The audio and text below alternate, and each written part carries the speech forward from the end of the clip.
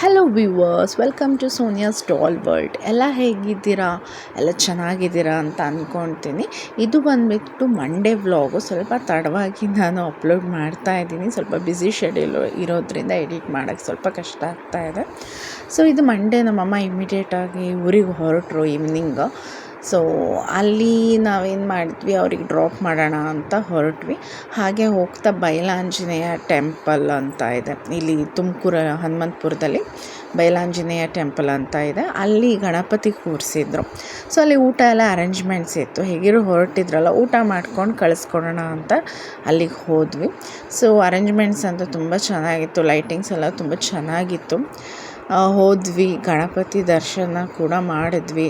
ಗಣಪತಿ ಅಂತೂ ಅಷ್ಟು ಮುದ್ದಾಗಿತ್ತು, ತುಂಬ ಚೆನ್ನಾಗಿತ್ತು. ಅದಂತೂ ಗಣಪತಿ ಅಂತೂ ತುಂಬ ಚೆನ್ನಾಗಿ ಕೂರಿಸಿದ್ರು, ಚೆನ್ನಾಗಿತ್ತು. ಲಕ್ಷಣವಾಗಿ ಒಂಥರ ಕ್ಯೂಟಾಗಿ ಚೆನ್ನಾಗಿತ್ತು.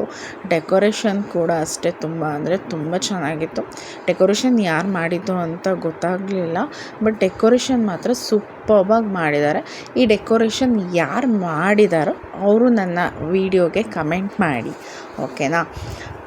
ಸೊ ಇಲ್ಲಿ ನಾವು ಕೂತ್ಕೊಂಡಿದ್ವಿ, ಸ್ವಲ್ಪ ರಿಲ್ಯಾಕ್ಸಾಗಿ ಕೂತ್ಕೊಂಡಿದ್ವಿ. ದರ್ಶನ ಎಲ್ಲ ಮುಗೀತಲ್ಲ, ಹಾಗೆ ಸ್ವಲ್ಪ ಒಂದಷ್ಟು ಪಿಕ್ಸ್ ಎಲ್ಲ ತೊಗೊಂಡ್ವಿ. ನೆಕ್ಸ್ಟು ನಾವು ಊಟಕ್ಕೆ ಹೋದ್ವಿ. ಊಟ ಅರೇಂಜ್ ಮಾಡಿದರು.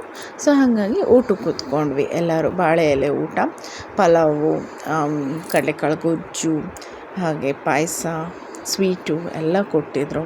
ತುಂಬ ಅಂದರೆ ತುಂಬ ಟೇಸ್ಟ್ ಅಂತೂ ತುಂಬ ಚೆನ್ನಾಗಿತ್ತು, ತುಂಬ ಚೆನ್ನಾಗಿ ಮಾಡಿದರು.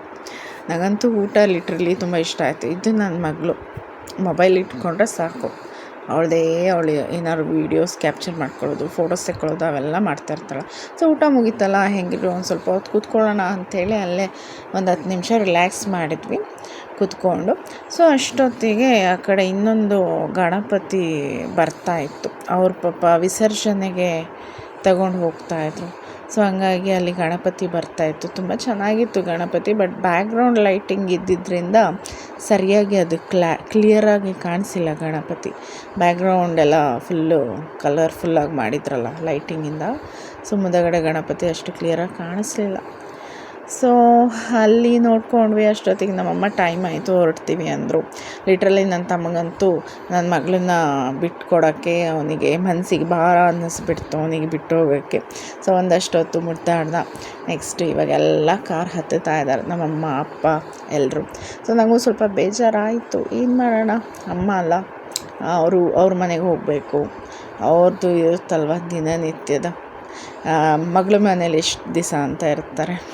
ಸೊ ಹಂಗಾಗಿ ಎಲ್ರಿಗೂ ಟಾಟಾ ಬಾಯ್ ಹೇಳಿ ಕಳಿಸ್ಕೊಟ್ವಿ. ಇನ್ನು ನಾಮಕರಣದಲ್ಲಿ ಇದೊಂದು ಟಾಯ್ ಬಂದಿತ್ತು ನಮ್ಮ ಪಾಪುಗೆ. ನೆಕ್ಸ್ಟು ಒಬ್ಬರು ನಮ್ಮ ಫ್ಯಾಮಿಲಿ ಫ್ರೆಂಡ್ ಇದ್ದರು, ಅವರು ಚಿನ್ನದ ಇಯರಿಂಗ್ ಇದನ್ನು ಗಿಫ್ಟ್ ಮಾಡಿದರು, 3 ಗ್ರಾಮ್ಸ್ದು. ಸೊ ಇದು ನನ್ನ ತಮ್ಮ ಮತ್ತು ನನ್ನ ಮನೆಯವ್ರು ಸೇರಿ ತೊಗೊಂಡಿರೋ ಗೆಜ್ಜೆ. ಅವಳಿಗೆ ಇದೇ ಗೆಜ್ಜೆ ಇರಲಿ ಅಂತ ಹೇಳಿದ್ದೆ. ಸೊ ಹಂಗಾಗಿ ನನ್ನ ತಮ್ಮ ಬ್ಯಾಂಗ್ಳೂರಿಂದ ತೊಗೊಂಡು ಬಂದಿದ್ದ. ಸೊ ಹಾಗೆ ಕ್ಯಾಶು ಒಂದು 8,000 ತನಕ ಬಂದಿತ್ತು. ಸೊ ಈ ವಿಡಿಯೋ ಇಲ್ಲಿಗೆ ಎಂಡ್ ಆಗುತ್ತೆ. ವಿಡಿಯೋ ಇಷ್ಟ ಆದರೆ ಲೈಕ್ ಮಾಡಿ, ಶೇರ್ ಮಾಡಿ, ಕಮೆಂಟ್ ಮಾಡಿ, ಹಾಗೆ ನನ್ನ ಚಾನಲ್ನ ತಪ್ಪದೆ ಸಬ್ಸ್ಕ್ರೈಬ್ ಮಾಡಿ. Thank you.